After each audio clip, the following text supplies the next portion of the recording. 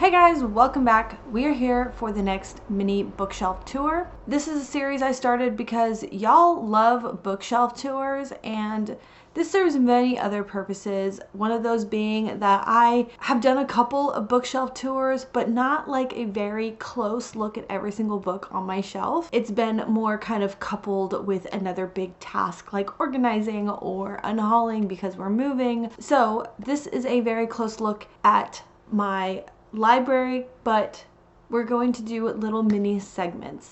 This does actually give me a chance to be more critical while I'm looking through every single book on my shelf, because as you know, this year I'm working really hard to make sure that my collection is filled with books that I truly love and get rid of things that are not serving me well.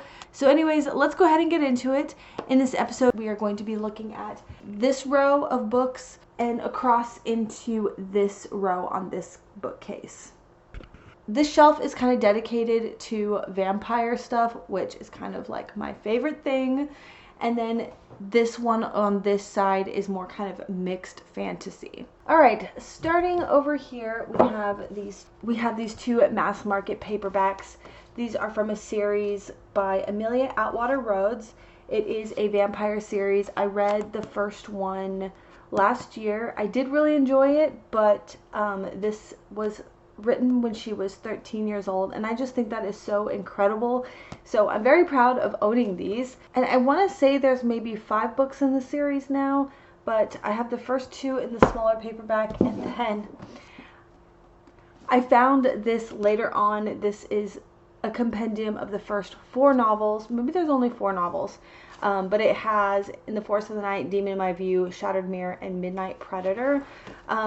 So it makes sense to keep this book and potentially get rid of these, but I just have not been able to make the cut just yet. That might be something that, now that we're talking about it, I might be getting closer to making the decision to go ahead and get rid of these, because it's just kind of redundant, to be real. Then we have my copy of Dracula. I read this when I first started my YouTube channel, and it was also the first book that I annotated, and I went ahead and color coded it. It looks orange, but it was supposed to be red, but it's kind of like a red orange. I used a black pen, a red pen, and red highlighter, and even post-it notes throughout. But I absolutely love this book. So whenever we referenced Dracula and his like vampire abilities, I did end up underlining it with a red pen. For example, he throws no shadow, he make in the mirror no reflect, as again Jonathan observe. He has the strength of many in his hand. He can transform himself to wolf, as we gather from the ship arrival in Whitby. When he tear open the dog, he can be as bat, as Madame Mina saw him on the window at Whitby. Anyways, my roommate is a vampire. I recently read this. I really enjoyed it. It's more of like a rom-com, but like with vampires. It's so cute. Alright, this is not really a vampire book. It is Deadly Education, but it fit there, so I have not got around to reading this yet. The Night Gardener, I believe this is more of a middle grade book, but it seems so cute. I think it has like small town, abandoned Irish siblings, travel to work as servants at a creepy, crumbling English manor house. Ancient curse threatens their lives, a mesmerizing read in the tradition of Washington Irving and Edgar Allan Poe. So it's not vampires either, but like I said, there's a lot of vampire stuff on here, but not 100%. City of Villains. This is for a young adult audience, but it says Disney Villains meets Gotham in this gritty fairy tale inspired crime series. But anyways, I have not read this book, but it seems really cute. Any of these books where you kind of have like a crime fighting superhero in a supernatural world, I have been kind of picking up because of my whole Buffy and books reading thing. Like, I love Buffy the Vampire Slayer so much, and I really wanted to kind of hone in on some books that are very much like Buffy the Vampire Slayer. So that's kind of my thought process in getting a lot of these, even though they're middle grade. Or Slayer by Amanda Moreau. This I have not read yet, but It's like Vampire Slayers. I had to. I hope that it goes very well. I do think that I'm going into it with kind of lower expectations because I don't think it's going to be like an amazingly written book. I'm just hoping that it hits a few specific Buffy-ish notes. Evernight by Claudia Gray. This is a story that keeps popping up on different various lists of books to read if you're looking for more Twilight vibes. So of course I had to get this. I believe this is the same Claudia Gray who wrote the 10,000 Pieces of You time travel series, I think. Then they have the first two books in the Chronicles of Vladimir Todd, The Immortal Rules by Julie Kagawa. Julie Kagawa also, I think, is more known for her Fae series, the Iron Fae series. So I was actually really surprised when I saw that she actually wrote a vampire series. Then I have By Blood We Live Vampire Stories, and this has authors including Kelly Armstrong, L.A. Banks, Neil Gaiman, Joe Hill, Stephen King, Garth Nix, Anne Rice, Tad Williams. Those are a few of the authors that I personally recognize, but there are other authors that have contributed to this collection. Then I have The Accursed by Joyce Carol Oates. Vampires and ghosts haunt the dreams of the innocent, and the powerful curse besets the families of the elite. Their daughters begin disappearing, and in the pine barrens that border the town, a lush and terrifying underworld opens up. Dracul by Dr. Stoker and J.D. Barker. And I have not read this yet. 1868, 21-year-old Bram Stoker waits in the desolate tower to face the indescribable evil, armed only with crucifixes, holy water, and a rifle. He prays to survive a single night, the longest his life. Desperate to record what he has witnessed, Bram scribbles down the events that led him here. A riveting novel of gothic suspense, Dracul reveals not only Dracula's true origin, but Bram Stoker's the tale of enigmatic women who connects them. Then my very old dust jacket free cover of Interview with the Vampire. I have to keep this edition. This is the first edition that I read this story in, and I love it. I also annotated it. I could not believe how much I absolutely loved this. And this is like probably one of my most favorite lines. I don't know why. I remember it completely, yet I do not think I remember any other sunrise before it. I remember the light came first to the tops of the French windows, appalling behind the lace curtains, and then a gleam growing brighter and brighter in patches among the leaves of the trees. Finally the sun came through the windows themselves, and the lace lay in shadows on the stone floor, and all over the form of my sister, who was still sleeping, shadows of lace on the shawl over her shoulders and head. As soon as she was warm, she pushed the shawl away without wakening, and then the sun shone full on her eyes, and she tightened her eyelids. Then it was gleaming on the table where she rested her head on her arms, and gleaming, blazing in the water in the pitcher. And I could feel it on my hands, on the counterpane, and then on my face. I lay on the bed thinking about all the things the vampire had told me, and then it was that I said goodbye to the sunrise and went out to become a vampire. It was the last sunrise. The Historian by Elizabeth Kostova.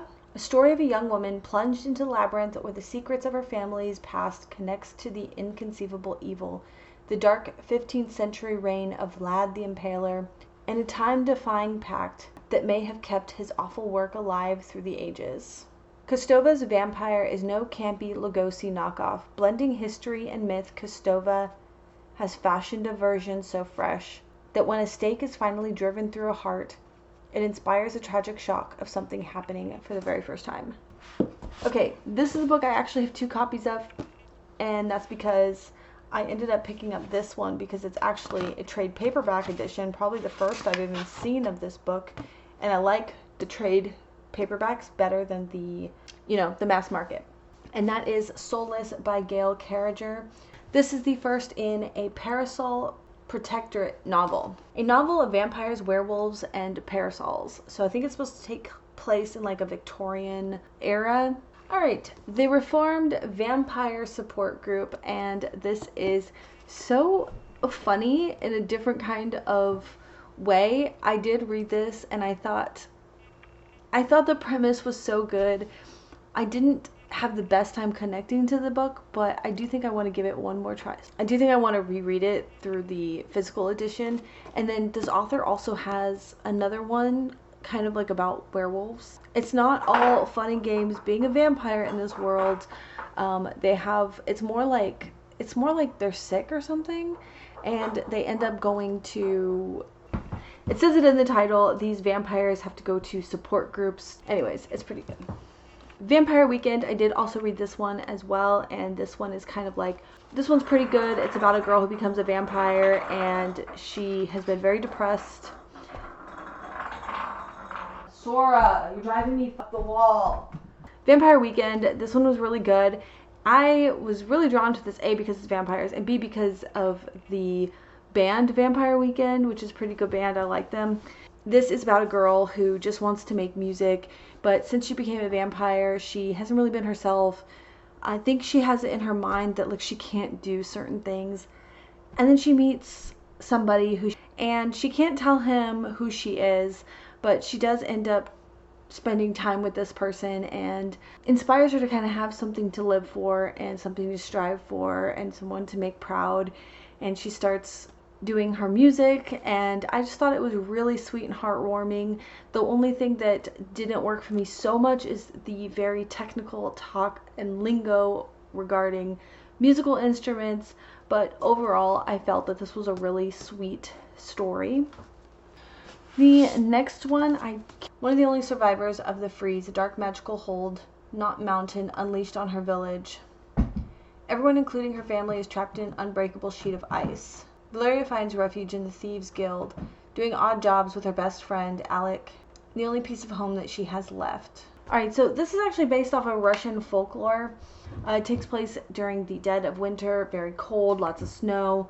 It is a thrilling page-turner with romance, tragedy, magic, and monsters. So yeah, it doesn't necessarily go here, but then I have The Graduate. Unfortunately, this is the hardback edition when my edition of Deadly Education is a paperback, which is really unfortunate because I can't like put them together on the shelf because it just doesn't make sense. But I found this for an unbeatable deal. I had to have it, and I still need the second book in the series, but I'm anticipating this is going to be a 5-star read.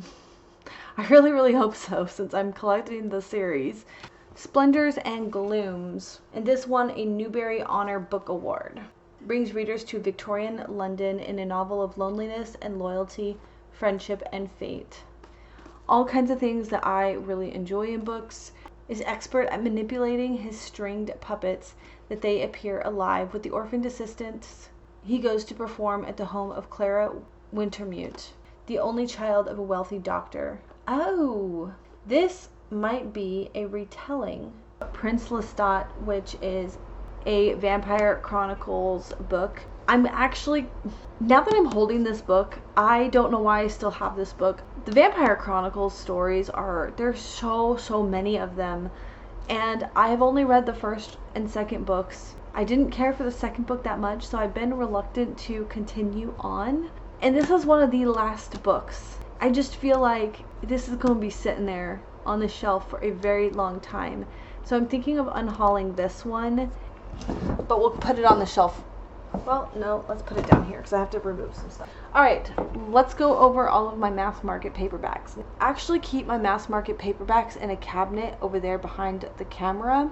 These are like vampire books, and the ones in front are ones I have not read yet, and the ones in back, some of them are ones that I've read, and some of them are just ones that I'm not necessarily going to read first. Like I'm gonna read these before I get to those, that kind of thing. That's how I organize it. Actually, I need to reorganize because Moon Called, I actually already read this. This is the first in a Mercy Thompson novel. She's actually a werewolf shifter. No, this is more about werewolves and shapeshifters, but our main character, Mercy Thompson, actually is a coyote shifter. Oh, this is Fae. This is not a vampire novel. But this is Blood Fever. I think this is the first one in the series. It's Fae Fever, Blood Fever, and then Dark Fever. This is the third book in the Vampire Chronicles series, Queen of the Damned. Blood Ties, Book 1, The Turning by Jennifer L. Armentrout. I love this author. I've loved many of her books, and I didn't know until I randomly found this book in a used bookstore that she... Dampire by Barb and J.C. Hendy. This is a kind of vampire hunter, monster hunter sort of urban fantasy story. And the front says a mix of Lord of the Rings and Buffy the Vampire Slayer. Then we have Salem's Lot by Stephen King. I have not read this story. I found this one for 75 cents. It's a little beat up, but that's okay. I don't know that I like Stephen King. This is going to be the second book I try by him when I give him another chance. If there's anything that I'm going to like by this author to convince me to read him more, it's going to be a vampire book and one of his earlier works. The next two are a series. 1,000 years ago, a brutal warrior roamed Russian steppes and struck a sinister bargain in return for the ability to change at will into a cold-hearted predator. This also kind of reminds me a little bit of a Buffy-esque story. One day a dangerous prophecy reveals the truth. One family has been chosen to battle the darkness or face damnation. I do think it kind of falls into a little bit more of the adult romantasy type of story, so we will just have to see. Then the next three books are part of the Parasol Protectorate series. Soulless, again, Changeless, and Blameless. In the back here, you can see I have Charlene Harris books. The first one is from the Aurora Teagan mystery series. Another one in that series, A Bone to Pick. I have not read this series yet. Growing suburb of Atlanta. Small town at heart. Librarian. Teagan grew up there and knows more than enough about her fellow townsfolk, including which ones share her interest in the darker side of human nature. Then we have Gravesite. This is also the first in another series, but this one is supernatural. I think it is a girl who can speak to the dead. Harper and her stepmother are experts at getting in, getting paid, and then getting out of town fast, because the people who hire Harper have a funny habit of not really wanting to know what she has to tell them. At first, the little Ozarks town of Sarnie seems like no exception. Teenage girl has gone missing. Harper knows almost immediately that this girl is dead. But the secrets of her death and her secrets of the town are deep enough. I find dead people. I can sense the final location of a person who's passed and share their very last moment. The way I see it, I'm providing a service to the dead while bringing some closure to the living. Then I have the first 7 books of the Sookie Stackhouse novels. I have read I've read all of these. I love them. Yeah, they have to be there. Then I have Dr. Jekyll and Mr. Hyde, and then I have the next 3 books in the Vampire Chronicles. A Tale of the Body Thief, Vittoria the Vampire, and Taltos. Actually, Taltos is part of a different series, isn't it? Anyways, so that's what I have going on over there. I am going to put all these books back. We'll shift around, reorganize, and we'll carry on to the next shelf. Okay, I went ahead and actually changed a couple things already. Since I eliminated this book from my shelves, I had an extra space there. This actually would fit in better up there on a higher shelf. So I removed this one and I added Slayer and Chosen by Kristen White. These are a Buffy retelling series. I have read Slayer, but I have not read Chosen yet. They deserve a spot on this shelf with the other vampire books. And I considered moving The Graduate because this actually should go over on my dark academic shelf over there. There's just not room for them yet, so we'll have to come back around to that after I do some cleaning up. Alright, we're gonna work here and work our way this way. This is a bit of a mixed shelf.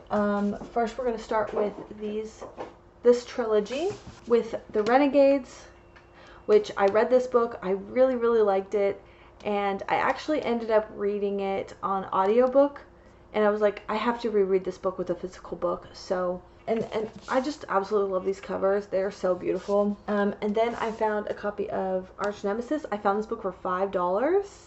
Very nice, very nice. And then I have Supernova, and I found this book for $4.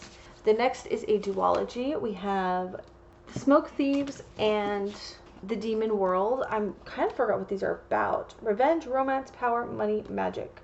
What are you fighting for? Smoke Thieves is full of overflowing dark magic, marvelous mayhem, heart-stopping action, delicious forbidden romance. I want more. Alright, the next one I believe you would call like sword and sorcery type of fantasy. And the Ice Mark is a kingdom in grave danger. Its king has been killed in battle, its enemy lies in wait, and its fate rests in the shoulders of one girl, a beautiful princess and an intrepid warrior.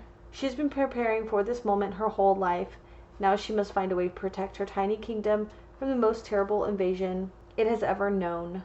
Theron will forge an extraordinary coalition of noble snow leopards, ancient vampires, ferocious wolf folk. She will find unexpected strength in her friendship with a young warlock, and she will rally her allies with the country's fierce battle cry. Coming of age, epic adventure, dazzling debut heralds arrival of a heroine who's dauntless in the face of impossible dangers. Alright, so it actually does have vampires among other things. So, very cool. I forgot. Then we have Ace of Spades. I think this is supposed to be kind of a... All you need to know is I'm here to divide and conquer like all great tyrants do. And then I have Ace of Shades, and I always get these two mixed up. Like, what? They have nothing to do with each other, but like... Take a card and stake your soul. Survival is your only goal. Surrender to the vice within. Bet your life. Hope you win. I've heard this book is really good. There's also a sequel to it. Then we have Carve the Mark by Veronica Roth. Some people love this book and some people hate this book. This is kind of one of those books that when I come around here, I'm going to prioritize. I'm going to be doing like, do I keep it? Because I really don't know how I'm going to feel about it, but I've been carting it around forever. There's that one. Then I have Falling Kingdoms, treacherous betrayals, secret alliances, unforeseen murders, and forbidden love. Sounds like everything I could love. Little Dusty. I have the first two books in this series, Torch of Night, Ember in the Ashes, and Torch of Night. And then the next one is Reaper in the Gates, which I don't have, but yeah, I found this book for $4. Alright, going down the stacked set is Gifting Fire. I actually found this at a Dollar Tree, and it's just, look at that cover, it is absolutely gorgeous. She made a deal with the devil, her father, the Sultan of Nizam. Now the bill has come due. She must secure the province, a land surrounded by enemies, loyal to rebel queen, who has survived her father's purge. Then we have Dividing Eden. With her older brother next in line to inherit the throne, the future of the kingdom was secure. But appearances and rivals can be deceiving when Eden's king and crown prince are killed by assassins. Eden desperately needs a monarch, but the line of succession is no longer clear, with a ruling council scheming to gain power.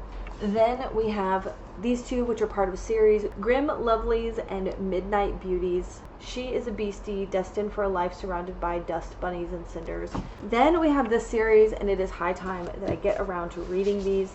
These sound so freaking good. A Darker Shade of Magic, A Gathering of Shadows, and A Conjuring of Light by V. Schwab. I really don't know why I started taking all of these off the shelf, because it's pretty clear. Then we have Merciful Crow. I absolutely love this cover. And then the second one is Faithless Hawk. I found this for $2.75. A future chieftain, a fugitive prince, a too cunning bodyguard, and a grumpy gray tabby. And then we have Shadow Scale.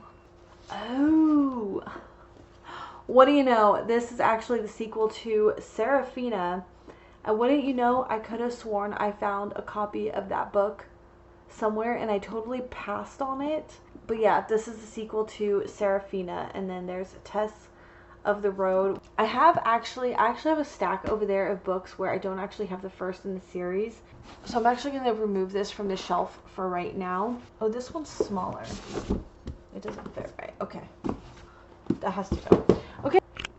And then the last two books are Strange the Dreamer and Muse of Nightmares. And I actually did try to read Strange the Dreamer, but I could not get into it. I have not given up on it though. I just think that I wasn't expecting, because I've heard so much hype about it, and I wasn't expecting that it is a bit maybe just different writing style than I was expecting going into it. And I don't think that that's always fair to the book, because everything else about the story seems like something that I should totally love. So I'm going to give it a second chance. And now I have a little extra space here, so I'm thinking I should maybe try to shift something around. Maybe put this book over here because it's a little bit smaller. And now I have space here. I'm going to look around and see if I can't make this shelf make a little bit more sense. Might move around, because once we move on to this shelf, if I move things around, I won't be able to be okay with that. I went ahead and moved Wicked Saints over here. Wicked Saints was just over here on this shelf, right here. But that shelf doesn't actually make a whole lot of sense either, and I would love to fix some things on there, but it just so happens that I need a place to put those and they all worked.